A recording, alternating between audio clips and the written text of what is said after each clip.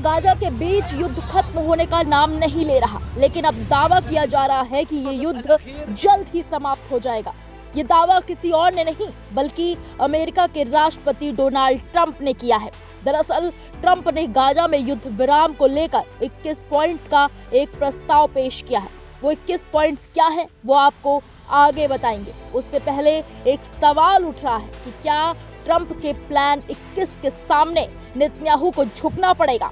आपको बता दें कि लगभग 2 साल से गाजा में जारी युद्ध के चलते अब तक 65,000 से ज्यादा फिलिस्तीनी मारे जा चुके हैं। इस बीच इजरायली अभियान के खिलाफ दुनिया भर में आवाज उठने लगी है।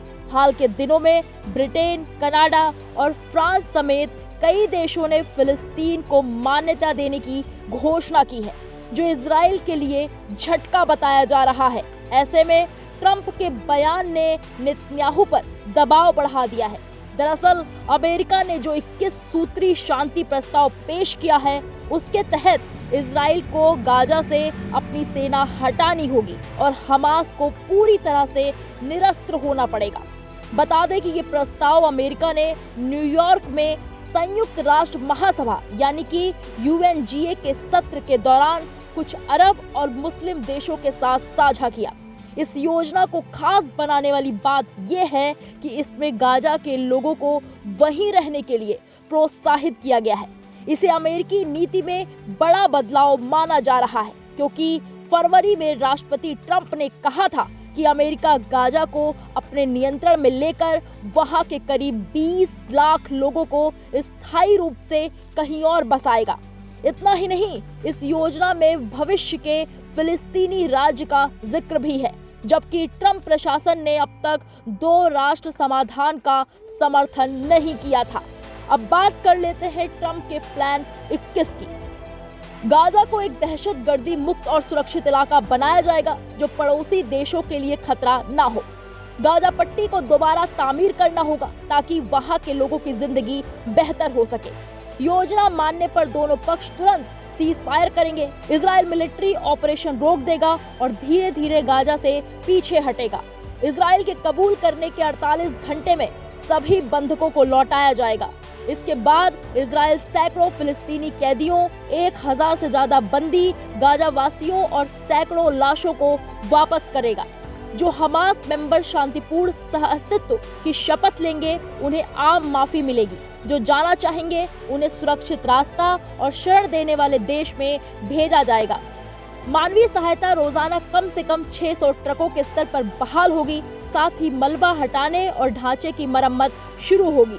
राहत सामग्री का बंटवारा सिर्फ अंतर्राष्ट्रीय संगठनों जैसे UN और रेड क्रिसेंट के जरिए किया जाएगा। गाजा का शासन फिलिस्तीनी तकनीकी विशेषज्ञों की अस्थायी प्रशासनिक टीम के हाथ में होगा। इस पर अमेरिका, अरब और यूरोपीय साझेदारों की निगरानी में एक नई अंतर्राष्ट्रीय समिति नजर रखेगी। गाजा को पुनर्निर्माण के लिए एक व्यापक आर्थिक योजना दी जाएगी, जिसमें रोजगार और निवेश के अवसर बनाए जाएंगे। एक खास आर्थिक जोन बनाया जाएगा जहां शामिल देशों को कर रियायतें और व्यापारिक सुविधा दी जाएगी। गाजा के किसी भी निवासी को जाने के लिए मजबूर नहीं किया जाएगा। जो जाएंगे उन्हें वापसी का अधिकार होगा। गाजा की सरकार से हमास को बाहर रखा जाएगा और सभी सैन्य ढांचे जैसे सुरंगें तबाह की जाएंगी। क्षेत्रीय देश सुरक्षा की गारंटी देंगे ताकि सभी पक्ष समझौते का पालन करें। अमेरिका और अंतर्राष्ट्रीय साझेदारों की मदद से एक अस्थायी स्थिरता बल गाजा में तैनात किया जाएगा, जो सुरक्षा संभालेगा और फिलिस्तीनी पुलिस को ट्रेन करेगा। इजराइल ना तो गाजा को अपने कब्जे में लेगा और ना स्थायी रूप से वहां ठहरेगा। धीरे धीरे कंट्रोल इंटरनेशनल फोर्सेस को सौंपा जाएगा। अगर हमास प्रस्ताव टालता या ठुकराता है तो ये कदम उन इलाकों में लागू होंगे जो आतंकवाद से मुक्त हो चुके हैं। इजराइल कतर पर हमले से बचेगा, जबकि अमेरिका और अंतर्राष्ट्रीय समुदाय संघर्ष में दोहा की मध्यस्थ भूमिका को मान्यता देंगे। दहशतवाद विरोधी और संवाद कार्यक्रम चलाए जाएंगे, जिनमें अंतर धार्मिक पहलें शामिल होंगी ताकि गाजा और इजराइल के बीच भरोसा बढ़े। जब गाजा का पुनर्निर्माण आगे बढ़ेगा और फिलिस्तीनी अथॉरिटी अपने सुधार कार्यक्रम पूरे करेगी, तब फिलिस्तीनी राज्य के निर्माण का रास्ता खुलेगा। अमेरिका, इजराइल और फिलिस्तीन के बीच लंबी अवधि के राजनीतिक ढांचे पर बातचीत को बढ़ावा देगा, जिससे स्थायी शांति स्थापित हो सके।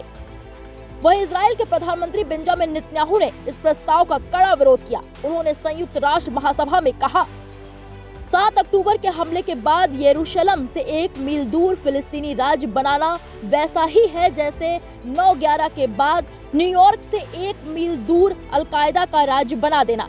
ये पूरी तरह पागलपन है और हम इसे कभी स्वीकार नहीं करेंगे।